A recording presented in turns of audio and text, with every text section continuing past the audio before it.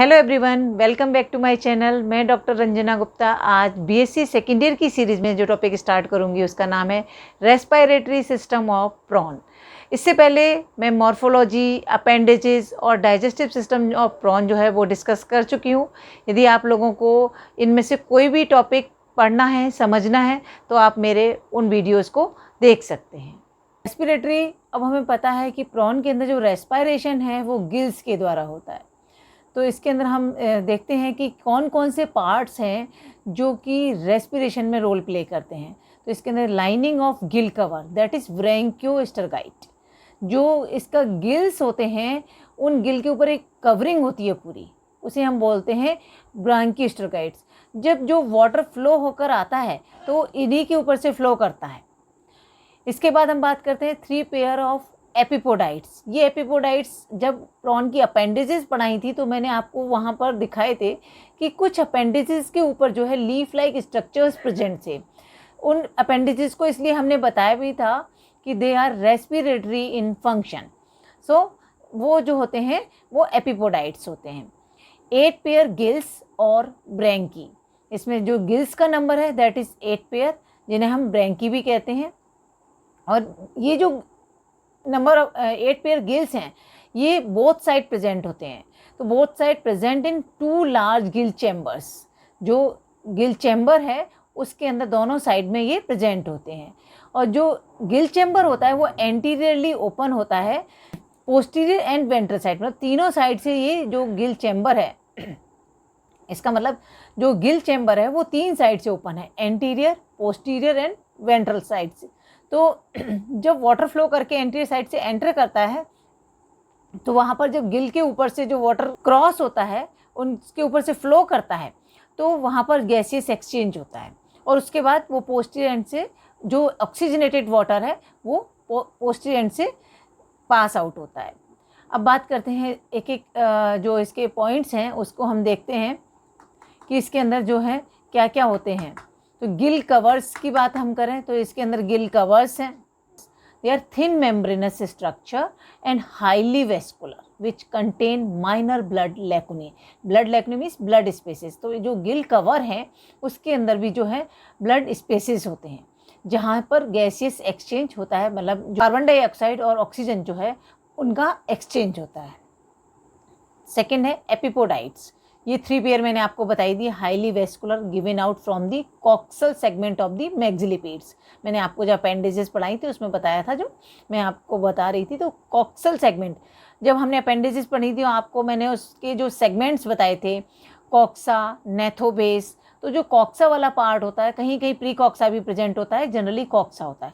तो कॉक्सा वाले पार्ट से जो एक लीफ लाइक स्ट्रक्चर दिखाई देता था, तो वो जो अपेंडेजेस हैं वो कौन सी हैं? मैक्सिलिपेड्स। तो इसके मैक्सिलिपेड्स के ऊपर जो है 3 पेयर जो है हमें एपिपोडाइट्स दिखाई देते हैं। It occupy the anterior part of gill chamber, जो कि गिल चैम्बर के सबसे एंटीरियर पार्ट में लगे हुए दिखाई देते हैं। अभी मैं आपको डायग्राम दिखाऊंगी, उसमें आपको ये सारी चीज़ें क्लियर हो जाएंगी। फर्स्ट पेयर एपिपोडाइट जो है वो वाइलोब्ड होते हैं, लार्जर देन अदर, और सबसे बड़े होते हैं। जो फर्स्ट पेयर एपिपोडाइट हैं वो सबसे बड़े साइज के होते हैं। Gills 8 in number lies in the gill chamber. Only 7 are exposed and 8th gill lies concealed or hide. Total 8 gills हैं, बट हमको जो विजिबल होते हैं वो 7 पेयर। उसमें 1 पेयर गिल है, या 1 जो गिल है वो एक दूसरे गिल के पीछे छुपा हुआ रहता है। कौन सा गिल है? वो second dorsal part of the second Gill, उसके पीछे हुए छिपा हुआ रहता है। इसलिए जो हमें विजिबिलिटी होती है दैट इज़ ओनली 7 गिल्स की। एक चैम्बर में हम देखें तो 7 गिल्स की ही विजिबिलिटी होती है। अभी आप डायग्राम देख सकते हैं कि किस तरह से ये डायग्राम है। ये पूरा जो है इसका गिल चैम्बर है जिसके अंदर ये पूरे जो गिल्स लगे हैं। ये नीचे हमें दिखाई दे रही है अपेंडिजेस, ठीक है। तो गिल चैम्बर को हम ब्रैंकियल चैम्बर भी कहते हैं। इसके अंदर ये जो हम गिल्स का साइज़ देखें तो एंटीरियर से पोस्टीरियर की साइड जो है वो गिल्स का साइज जो है बड़ा होता चला जाता है।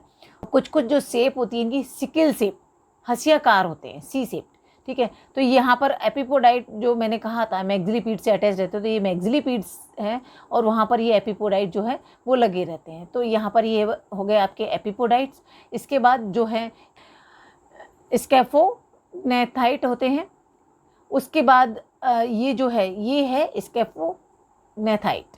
उसके बाद कॉक्सा पर जो अटैच हैं वो कहलाते हैं कॉक्सा ऑफ द सेकंड मैक्सिलिपेड। उस पर जो अटैच्ड है उसको हम कहते हैं पोडोब्रैंक, दैट इज दिस वन। एपिपोडाइट्स थे आपके, यहाँ पर जो अटैच है एक ये पीछे की ओर दिख रहा है और एक ये दिख रहा है हमको, ये 3 है एपिपोडाइट्स। इसके ऊपर ये जो है दैट इज स्केफोग्नाथाइट। और उसके बाद हम बात कर रहे हैं पोडोब्रैंक की, तो पोडोब्रैंक जो है वो ये है। उसके बाद आते हैं आर्थ्रोब्रैंक। एक्चुअली इनको अभी मैं आपको क्लासिफिकेशन दिखाऊंगी, इनको क्लासीफाई किया गया है। आर्थ्रोब्रैंक हैं वो ये वाले जो हैं वो आर्थ्रोब्रैंक कहलाते हैं।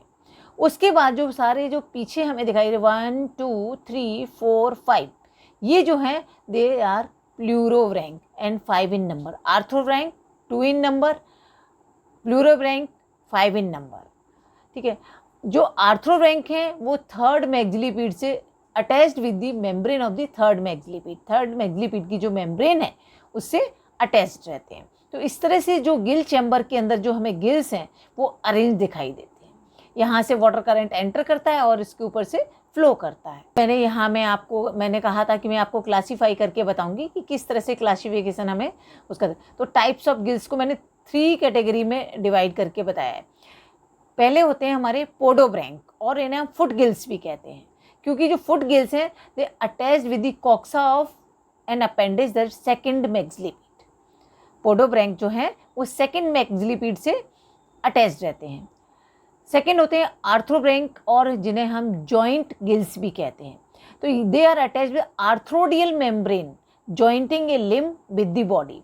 तो क्योंकि जो प्रॉन के अंदर आर्थ्रोडियल मेम्ब्रेन है वो कनेक्ट करने का काम करती है, तो इसलिए, और ये जो आर्थ्रोब्रैंक है इसीलिए इनको नाम आर्थ्रोब्रैंक दिया गया क्योंकि उनके जॉइंट्स पर प्रेजेंट होते हैं। तो दे आर आर्थ्रोब्रैंक। सो क्योंकि वो जो उसकी आर्थ्रोडियल मेम्ब्रेन है जो कि लिम्ब को जॉइंट करती है वहाँ पर प्रेजेंट रहते हैं। किस पर?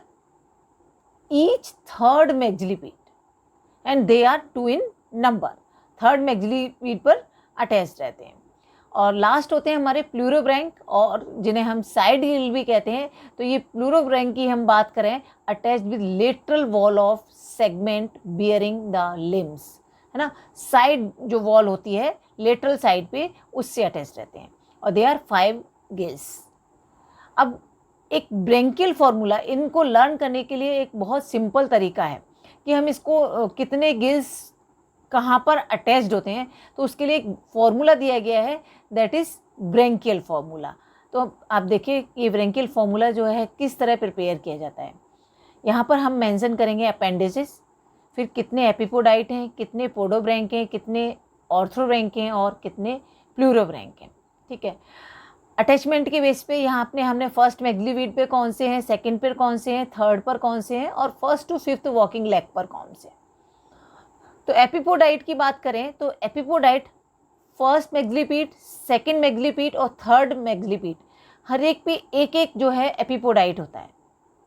ठीक है, बाकी किसी पर भी जो है वो एपिपोडाइट जो है वो प्रेजेंट नहीं होते हैं। एपिपोडाइट जो है केवल फर्स्ट, सेकंड और थर्ड मैक्सिलिपेड पे प्रेजेंट होते हैं। 1 to 5th वॉकिंग लेग के ऊपर कोई भी एपिपोडाइट नहीं होते हैं। उसके बाद हम पोडोब्रैंक की बात करें तो पोडोब्रैंक जो है वो ओनली सिंगल है, दैट इज ओनली सेकंड मैक्सिलिपेड, और कहीं भी पोडोब्रैंक नहीं होते। उसके बाद बात करें ऑर्थ्रोब्रैंक की, they are 2 in number on the third maxilliped. फिर उसके बाद बात करें pleurobranch, that is total number 5 present on each walking leg. So 1 to 5th walking leg उसकी साइड वॉल पर प्रेजेंट होते हैं, तो दे आर 5 इन नंबर। अब हम टोटल करके देखें तो एपिपोडाइट का नंबर 3, पोडोब्रैंक का नंबर 1, आर्थ्रोब्रैंक का नंबर 2 और प्लूरोब्रैंक का नंबर 5। तो इनका यदि हम टोटल देखें, यहाँ इक्वल टू 1 मिसिंग हो रहा है, इसमें से टोटल नंबर जो होता है वो 11 होता है। 3 + 1 = 4 + 2 6 + 5 दैट इज 11। तो ये एक टेबल जो दी है वो ब्रेंकियल फॉर्मूला कि किस तरह से जो हम इसको देख सकते हैं और लर्न इजीली कर सकते हैं। अब बात करते हैं स्ट्रक्चर ऑफ गिल की। गिल का जो स्ट्रक्चर है वो किस तरह का है। तो मोर और लेस क्रिसेंटिक शेप जो मैंने आपको बताई थी, कोमा शेप लगभग होती है।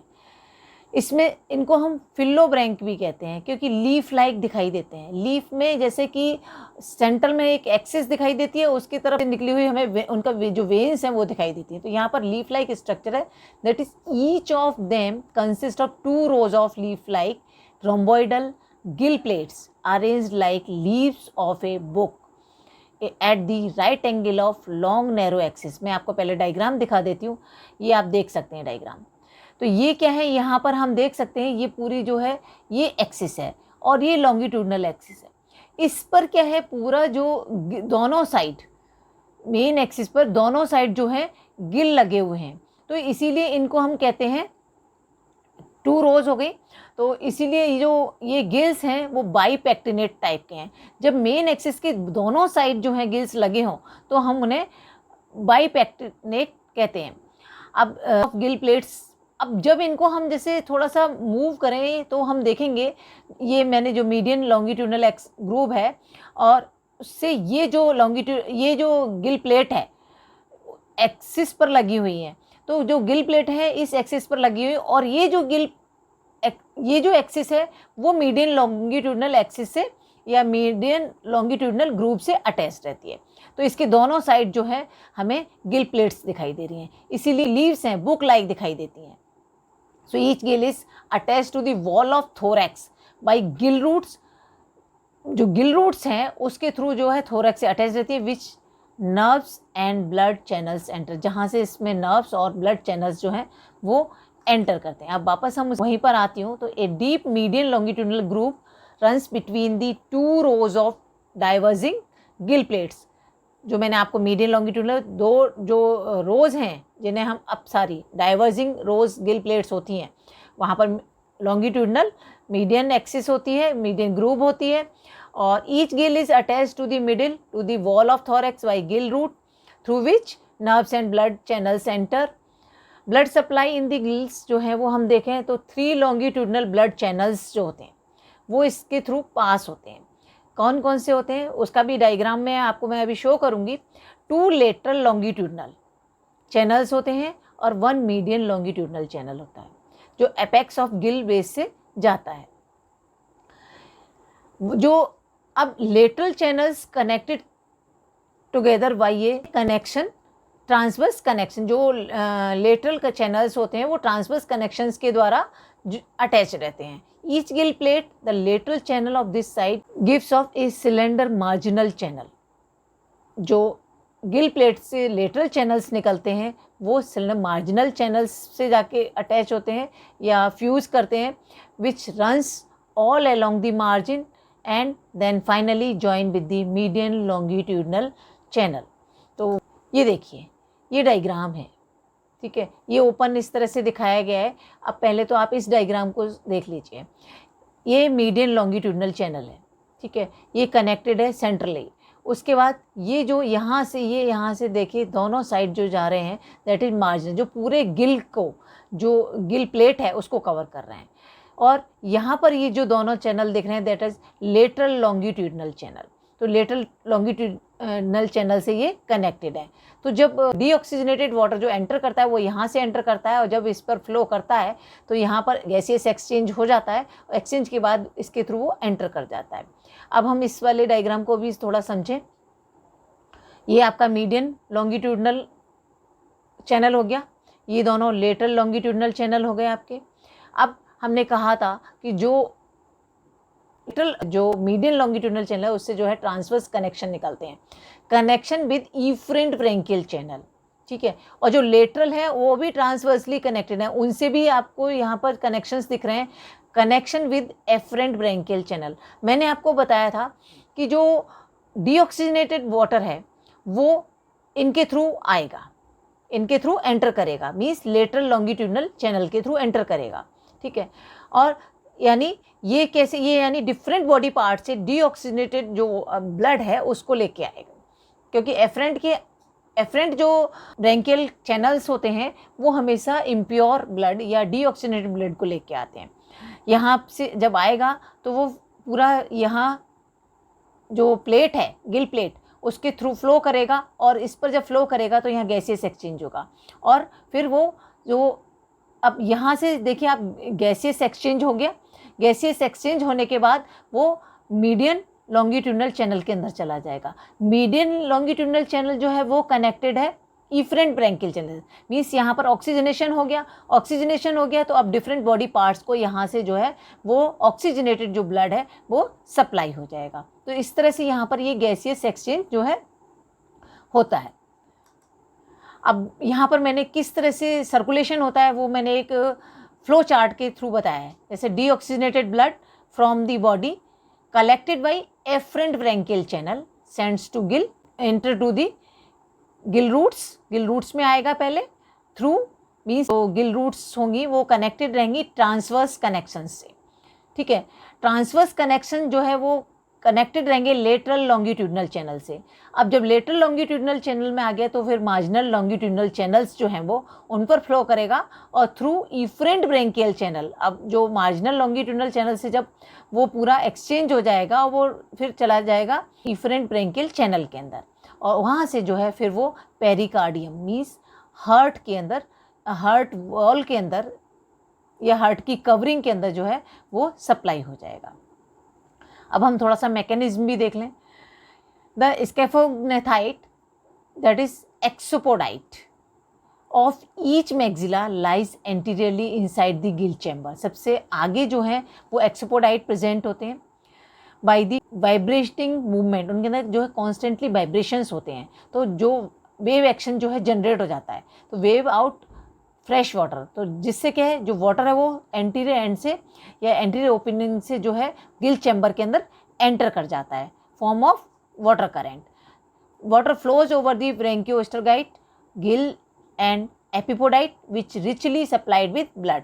यहाँ पर सारे जो गिल्स हैं उनके ऊपर से वो पास आउट होता है और यहाँ गैसियस एक्सचेंज हो जाता है। गैसियस एक्सचेंज हो जाने के बाद जो गिल प्लेट है वो परमेबल मेम्ब्रेन की तरह होती है, तो जो है ऑक्सीजन का डिफ्यूजन हो जाता है और CO2 जो है वहाँ से डिफ्यूज आउट हो जाती है। Oxygen diffuse in and CO2 diffuse out.